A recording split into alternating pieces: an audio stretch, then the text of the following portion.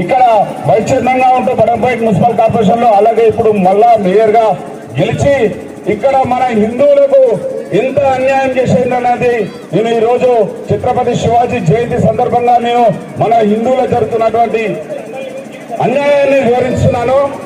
మనకు గతంలో ఓల్డ్ సిటీలో పాత బస్తీలో హిందువులని ఎన్నోసార్లు ఒక వర్గం వారు మన హిందువులని చిత్రహింసలు పెడుతుంటే అక్కడ చేస్తున్న అరాచకాలు తట్టుకోకుండా అక్కడి నుండి హిందువులందరూ, అక్కడ నివసించే హిందువులందరూ మన బడంపేట మున్సిపల్ కార్పొరేషన్ లో వివిధ కాలనీలలో ఇల్లు కట్టుకుని అక్కడి నుండి ఇక్కడికి వలస వచ్చారు.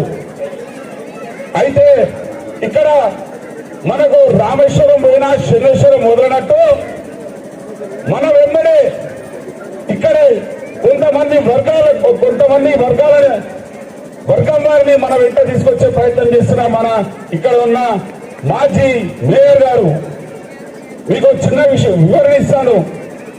మల్లాపూర్, బాలాపూర్, వెంకటాపూర్, సుల్తాన్పూర్ ఈ గ్రామాలలో హిందువుల యొక్క పొలాలు తీసుకొని ఇక్కడ రియల్ ఎస్టేట్ వ్యాపారంతో ఇక్కడ వెంచర్లు వేసి, ఇక్కడ ఉన్న రైతుల తన వెంచర్లు వేసి మాజీ కౌన్సిలర్, మాజీ వైస్ చైర్మన్ నరసింహారెడ్డి గారు ఇక్కడ ఉన్న భూములు తీసుకొని దుబాయ్ లో ఉన్న షేక్లకు అమ్మి ఇక్కడ మొత్తం ఒక ముస్లిం వర్గం వారిని తీసుకొచ్చి ఇక్కడ మొత్తం ఒక వర్గం వారిని తీసుకొస్తున్నారు. ఇక్కడ హిందువులు ఓల్డ్ సిటీ నుంచి ఇక్కడికి వచ్చిన తర్వాత వాళ్ళు ఎంబడి రామేశ్వరం పోయినా శనివేశ్వరం వదిలినట్టు ఈ రోజు మా ఎంబడి వచ్చారు.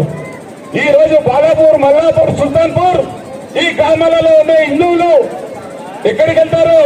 ఇబ్రహీంపట్నం పోవాలి, లేకపోతే ఆచారం పోవాలి, లేకపోతే నాగార్జున సాగర్, నల్గొండ పోవాలి. ఆ పరిస్థితి రాబోయే రోజులలో మనకు ఏర్పడుతుంది. కావున హిందూ బంధువులందరూ ఒక్కసారి ఆలోచించండి. ఆలోచించి మనం హిందువులందరూ ఏకమై మన ధర్మం కోసం ఎవరైతే మనం కట్టుబడి ఉన్న రాజకీయ నాయకులను ఎన్నుకొని రాబోయే రోజుల్లో వాళ్ళకి అధికారం ఇవ్వాలని చెప్పి ఈ సభ ద్వారా నేను కోరుతున్నాను.